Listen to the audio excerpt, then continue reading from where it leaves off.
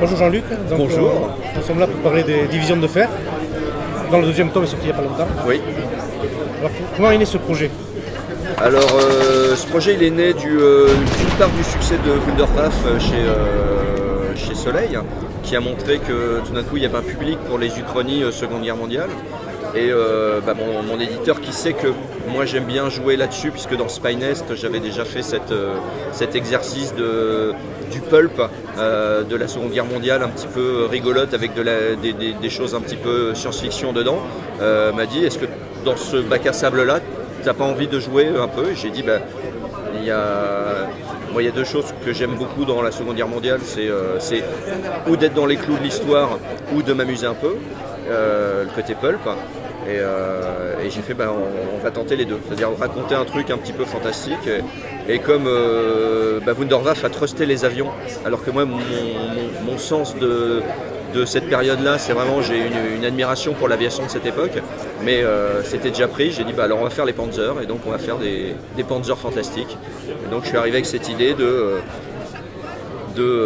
d'histoire où chaque album serait donc c'est une trilogie, chacun des albums va être fait par un dessinateur différent, et chaque album va raconter une histoire qui est déconnectée des autres, mais qui va apporter un aspect de ce qu'est la guerre. Donc le premier c'était le patriotisme, donc ça tournait autour de ça, comment tout d'un coup des soldats soviétiques sont finalement presque aussi fanatisés que des soldats nazis, et de montrer un petit peu l'ambivalence de tout ça, mais qu'on peut finalement voilà, ils ont le beau rôle, les soviétiques, parce que c'est leur survie qui est en jeu, donc eux, le fanatisme quasiment religieux, puisqu'il y a un personnage qui est le commissaire, une sorte de prêtre, de grand prêtre du soviet, tout d'un coup, ces personnages-là, ça donnait une coloration et un angle. Là, sur le tome 2, l'angle, c'est plutôt de montrer qu'il y a dans la guerre aussi, il y a la perte de l'innocence. Il y a toute une classe d'âge, toute une génération qui va être sacrifiée et qui va peut-être à cause du patriotisme y aller un petit peu à la cool, mais qui va vite se faire attraper par l'horreur de la guerre. Et donc c'était vraiment l'angle d'attaque et le truc que je voulais faire. Et dans le tome 3 qui sortira bientôt, l'idée c'est de montrer qu'une fois qu'on a perdu son innocence, on peut basculer. Et les héros seront un commando allié qui va s'habiller en SS pour infiltrer une base, mais à partir du moment où ils vont endosser l'uniforme, ils savent que s'ils veulent atteindre leur objectif, il va falloir qu'ils se comportent, qu'ils deviennent quasiment l'ennemi qu'ils combattent, qu'ils deviennent au moins aussi pourris qu'eux pour gagner. Et donc c'est cette mécanique en 3 temps, 3 histoires différentes, avec normalement quasiment pas de rappel d'une histoire à l'autre, même s'il y a des petits passages de flambeau entre le tome 1 et le tome 2, et le tome 1 et le tome 3. Voilà, donc là l'idée c'était vraiment ça, de parler de la perte de l'innocence et de cette génération pour toutes les guerres, mais qui tout d'un coup va perdre son enfance, va perdre ses rêves, va perdre la vie qui lui était promise et être obligé d'être confronté au pire. Et le choix des endroits où ça se passe, le premier tome c'est la Russie, oui. Sur les USA. Oui. Les prochains, alors le tome 3 c'est la Pologne, on revient un petit peu dans les territoires du tome 1, mais avec l'autre angle, puisque les gens, le commando va infiltrer, et donc on aura quasiment un point de vue allemand, même si c'est des faux allemands. Mais on revient sur en tout cas le théâtre européen, et on parlera plus de la guerre à la Churchill, le côté opération commando, infiltration, etc. Donc ça sera... Celui-là, le premier est vraiment le plus soviétique, le deuxième il est très américain, et le troisième ce sera peut-être le plus anglais, c'est-à-dire le plus dans la tromperie, la duperie. Et le choix des dessinateurs, vous êtes choisi par rapport à leur style graphique, à ce qu'ils sont capables de faire? Alors il y a eu un petit casting des gens qui proposeraient quelque chose d'intéressant par rapport, pareil, Ronan il est tout en force et en puissance, et l'album on va dire le plus bourrin et le plus puissant, d'ailleurs il a été écrit pour Ronan celui-là. Je savais, Ronan est arrivé un petit peu après Stefano Martino qui fait le 3 et Afif Khaled qui fait le 2. Et du coup là c'est vraiment l'album sur mesure. Celui de Afif, j'ai déjà fait un album avec lui, je sais qu'il a ce côté très comics, très américain, donc très naturellement c'était à lui de faire l'album avec les GI. Voilà. Et puis Stefano, il a ce style BD européenne classique, Et donc l'album le plus européen, le plus anglais, c'était aussi forcément, c'était pour lui. Et il y aura alors, il n'y a pas de cohérence finalement graphique entre chaque album, puisque les lecteurs peut-être regretteront que c'est pas toujours dessiné pareil, mais au moins ça colle exactement au propos de chaque album. Donc on devrait s'y retrouver normalement. Et c'est Ronan qui fait toutes les couvertures. Et t'as pas eu peur qu'on te dise ouais, il récupère Ronan, il va refaire Bloc 109 Alors non, c'est plutôt Ronan qui a eu peur qu'on dise ça. C'est-à-dire, moi je sais que ça lui colle bien. Après, avec le Roi des Ribauds, il est en train de présenter une autre facette de ce qu'il sait faire. En fait, Ronan, c'est juste un Stradivarius. Il est capable de tout jouer. Il est très très fort. Dans pas 10 ans, on en reparlera autrement. Et donc, moi, j'ai eu l'opportunité et la chance et le privilège de faire cet album avec lui. Je pense que c'est... oui, on peut regretter peut-être que il est dessiné comme ça et que les autres dessinent pas comme ça, mais voilà, c'était un coup. J'ai eu l'opportunité de faire un album avec Ronan, je l'en remercie. Voilà, tous les albums sont super bien passés. On s'est bien marré. Il y a aussi le côté que le lecteur ne connaît pas, c'est que ces 3 dessinateurs avaient partagé des fichiers, des dessins. Quand il y en a un qui a inventé un méca, il le montre aux autres pour qu'éventuellement on puisse récupérer des éléments ou faire différemment dans les albums. Donc il y a eu un petit côté studio quasiment qui s'est créé, qui était carrément bien. C'est Stefano qui avait lancé, parce que Stefano est le premier auteur qui est arrivé. C'est lui qui fait le tome 3, mais c'est le premier qui est arrivé dans le casting et dans le travail. Fif est arrivé juste derrière et Ronan encore. Donc voilà, c'était... voilà, on a tout raconté en 3 tomes. Si jamais vraiment il y a beaucoup de lecteurs, on se permettra d'envisager éventuellement. Mais voilà, c'est une petite série popcorn, un petit cadeau de 3 trucs bien bourrins qui rappellent les vieilles histoires, les vieilles BD de guerre qu'on pouvait lire à un moment. Et puis, donc là, ce truc-là se termine en cycle. Oui. Voilà, donc là, tu termines. Mais si tu fais l'autre cycle, ça partira sur autre chose. Pas forcément, enfin il y a une chronologie au début dans les pages de garde au début de l'album où finalement on se rend compte que les 3 moments que l'on cercle en rouge dans la chronologie et qui disent le tome 1 se passe là, le tome 2, il y a un potentiel, mais en fait on l'a pas fait pour se dire on va faire 150 albums, c'est pour dire on fait un album historique mais dans une histoire autre, mais quand même tel mois il s'est passé ça, tel mois il s'est passé ça, et donc on peut faire des références à telle bataille, à tel survivant de tel truc, à tel traumatisme, au fait que Albert Einstein a été enlevé. Donc voilà, la mission du tome 3 c'est tenter de l'exfiltrer, de le récupérer. Donc voilà, il y a l'idée de faire un album avec la rigueur d'un album historique, mais en sachant que dès 1940, je sais plus, on commence à mettre dès 44 en fait, avec la bataille des Ardennes et l'apparition des méca Panzer, on se dit là maintenant, plus aucun historien peut nous dire mais le boulon c'est pas comme ça, les boutons de manchette n'étaient pas exacts. Là tout d'un coup on est des sales gosses, on est venu avec nos jouets dans le bac à sable et on va faire n'importe quoi parce que c'est notre truc. Et tu dessines aussi. Est-ce que tu as fait, quand tu as écrit le scénario, tu faisais des plans déjà Non, alors je les décrivais le moins possible en leur disant juste s'il était gros, pas gros. Et puis au fur et à mesure qu'ils ont commencé à dessiner, je disais celui-là il est plus gros que celui-là. Et donc on a fait ou alors celui-là il est plus articulé, ou il ressemble plus à un robot à la Goldorak. C'était ça les références, c'est Goldorak. Voilà, donc on était en train de se dire celui-là il fait plutôt telle taille, plutôt telle. Et donc ils sont très rustiques dans le tome 1, les Panzer, c'est une sorte de grosse chenille avec des grosses pattes, un peu plus sophistiqué dans le tome 2, et dans le tome 3 on va voir les trucs les plus... voilà.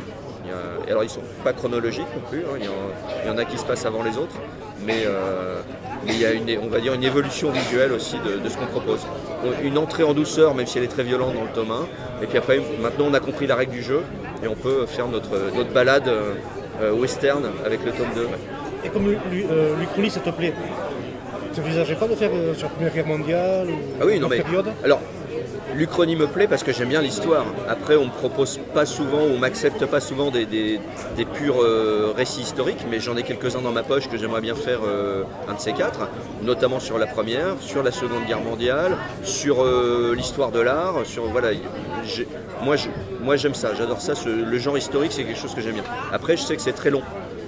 Sur Lady Liberty que je fais avec Aurore, c'est du 18e siècle, il faut que je m'attache à ce que les gens parlent du 18e siècle parce que l'un des personnages c'est Beaumarchais et que je ne peux pas le faire parler comme toi et moi. Et donc ça prend un temps fou.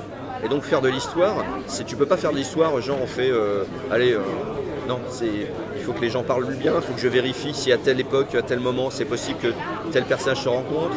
Quand je monte le château de Versailles et que quelqu'un me dit, mais attention, à cette époque-là, cette année-là, il y avait tel endroit qui était en travaux, eh ben, il faut qu'on le répercute, parce qu'on sait que si quelqu'un l'a vu, des dizaines de gens le verront. Donc on est très rigoureux. Là, il y a le côté récré, c'est-à-dire c'est la matière historique. On parle de la Seconde Guerre mondiale, on parle de tas de trucs historiques finalement. La crainte du débarquement en Californie, les Américains l'ont vraiment eu. Et donc, si ça s'était passé, comment ça se passe? Et donc, on regarde comment étaient les bunkers en 1944 sur la côte californienne. Donc, on a cette rigueur-là. Il y a de la doc, mais on fait voilà, on part un petit peu dans tous les sens parce que au moins il y a ce côté récréatif. Tu ne penses pas qu'on peut te comparer aussi à la série Jour J de chez Delcourt? Oui, alors Jour J, je ne l'ai pas lu. Il y avait World War II.2 chez Dargaud ou chez Delcourt, je ne sais plus. Chez Dargaud. Chez Dargaud, ouais. Alors, à chaque fois que je m'attaque à un genre, puisque j'écris quand même beaucoup dans le genre, j'essaye de ne pas lire les trucs des autres pour pas... alors, il y a le risque de faire peut-être exactement la même chose que quelqu'un, mais aussi pour pas avoir à m'interdire des choses parce que machin l'aurait fait. Et donc, Jour J, je ne l'ai pas lu.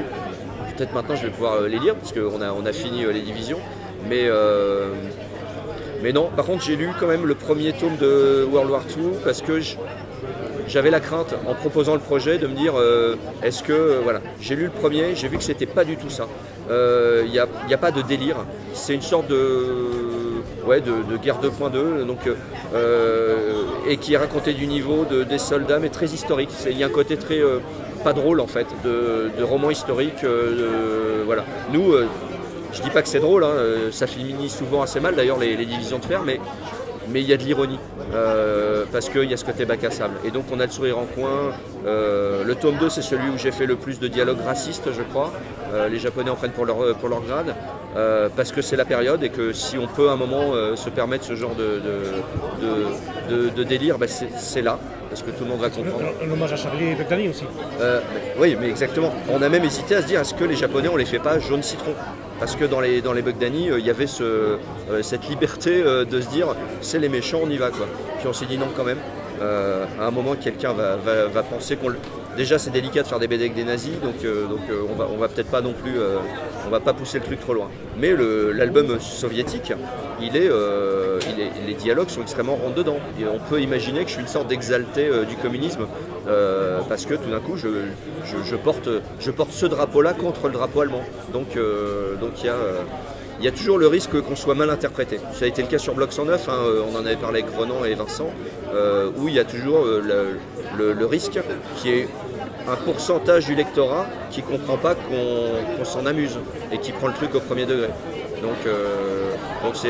Et sur le tome 3, on aura le problème. Les héros sont habillés en SS. Et à un moment, ils font quasiment le boulot de SS. Donc il y a toujours le risque qu'à un moment, ça soit mal perçu, parce que quelqu'un ne va pas réfléchir. Mais, je vais juste poser quelques questions sur Kestor aussi. Oui. Qu'est-ce que ça devient? Alors Kestor, non, ça continue pas. On a fait 3 tomes. Le 3e tome était la fin qui était prévue en fait depuis le tome 1. C'était une série en 3 tomes. Par contre, à l'époque où il a été imprimé, on était encore dans le doute de savoir est-ce qu'on n'en remet pas un petit dernier pour la route, parce qu'il y avait moyen de faire un épilogue. Et puis finalement, entre-temps, Nico a eu des trucs à faire à côté. Et puis il y avait 2 films chez l'éditeur. Un film où il y avait marqué fin et un film avec marqué Ils reviennent. Et on attendait de prendre la décision. Et on avait pris la décision, on a dit on mettra le film avec marqué fin, sauf qu'il y a eu une erreur de manip que j'ai pas vu passer. Et donc l'album imprimé, il y a marqué Ils reviennent, mais c'est pas à l'ordre du jour. Ceci dit, si un éditeur qui m'entendrait voulait reprendre Questor pour en faire une autre série, mais avec le duo et ces personnages-là ou cette mécanique-là, il est le bienvenu. Celui-là, tu t'es amusé quand même avec les jeux de mots, ça. Ah mais c'était, voilà, c'est... Je fais des trucs très premier degré, historiques avec Lady Liberty, des trucs un peu rudes, on va dire un petit peu rugueux sur les divisions. Et puis Questor, c'était une récréation. C'était très très bête comme humour, très très con, dans l'esprit presque à la Spirou, mais avec toutes les blagues qu'on n'ose pas faire quand même dans ce journal, parce qu'on allait un petit peu plus loin. petit peu plus adulte, on va dire, mais c'est des curseurs, on les a poussés vraiment jusque-là.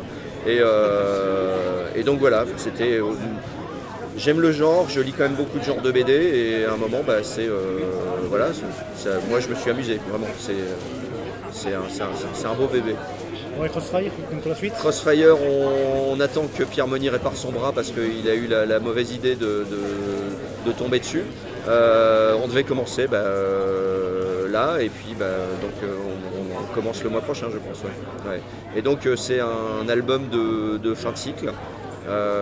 Et puis après on va voir comment on gère ça. C'est quand même une série qui marche, mais à côté Pierre Monnier fait Sillage aussi, et qui marche très très bien, donc à un moment on va voir comment on ferme la porte, ou comment on la laisse entrouverte éventuellement pour les lecteurs, parce qu'on sait que les lecteurs, eux, même si on est très vilain et qu'on fait des albums des fois on met plus de 2 ans pour faire un Crossfire, on sait que les lecteurs sont assez gentils et patients pour attendre leur Crossfire, et qui ont la gentillesse de nous lire à chaque fois qu'on en sort un, donc voilà, on va voir. En tout cas, si jamais on refermait la porte, on est conscient qu'on a eu une chance hallucinante avec notre rythme de parution un petit peu pourri, d'avoir happé ces lecteurs et de les avoir emmenés aussi loin dans cette histoire. Donc ça serait déjà chouette. Mais moi je sais que j'ai une petite envie, je sais que mes héros, ils ont été écrits il y a 10 ans. Et sur une réflexion sur la religion et tout ça, et sur l'humour et des personnages que j'ai créés il y a 10 ans. Et je me dis que si on faisait quelque chose après, il s'est passé 10-15 ans peut-être. Et que du coup ça pourrait être rigolo de faire une sorte de deuxième... Parce qu'en fait, je ne raconterai plus les mêmes choses sur la religion aujourd'hui qu'il y a 10 ans. Je traiterai peut-être de sujets plus compliqués, d'actualité. Et avec un point de vue, toujours en faisant de l'humour et en ayant un clin d'œil, mais ce qu'on racontait finalement sur la place de la femme dans la société, la religion, dans le premier cycle de Crossfire, c'est avéré assez pertinent. Et je pense qu'il y aurait d'autres choses à raconter maintenant sur le fanatisme, sur à qui profitent les guerres de religion, et sur les mêmes pays qu'on visite dans le premier cycle, sur l'Irak. Voilà, c'est bien. Mine de rien, ça n'a pas été dans le bon sens. Ni la place de la femme, ni l'ouverture d'esprit, ni le fait qu'on puisse faire de l'humour sur ces sujets-là. Et j'ai envie de recreuser ce sillon, si c'est possible, avec Crossfire.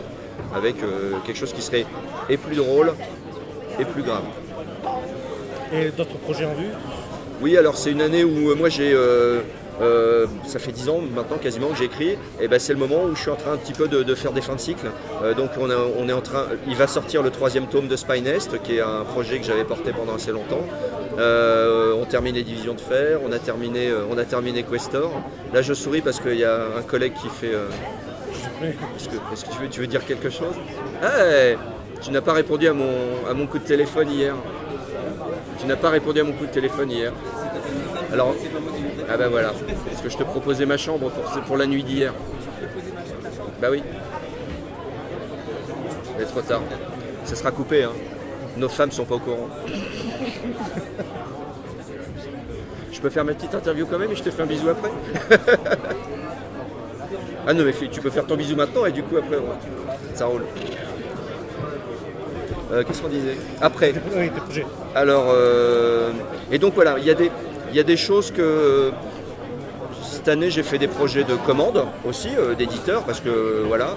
Et j'ai un peu délaissé les projets que moi j'amène spontanément aux éditeurs. Je vais profiter cette année de travailler. Il y a vraiment 2-3 histoires que j'aimerais écrire, qui seront potentiellement... Il y a 2 histoires fantastiques, mais il y a aussi des histoires plus historiques.